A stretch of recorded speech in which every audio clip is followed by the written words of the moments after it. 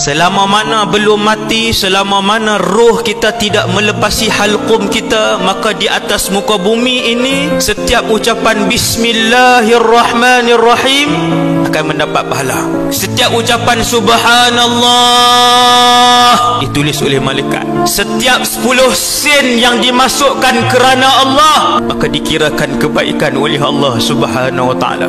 Maka ramai yang menyesal di malam pertama berada di alam barzakh, ramai yang memohon kepada Allah mengulang-ulang, Rabbirji'un, boleh tak ya Allah kembalikan kami sebentar sahaja di atas muka bumimu. Untuk apa wahai yang meminta pada hari pertama di barzakh? Dia kata, ya Allah, bagi aku hidup saat saja aku nak buat amalan saleh yang tidak sempat aku lakukan. Lalu dijawab oleh Allah, Tuhan kata tidak sama sekali. Siapa yang akan dikembalikan?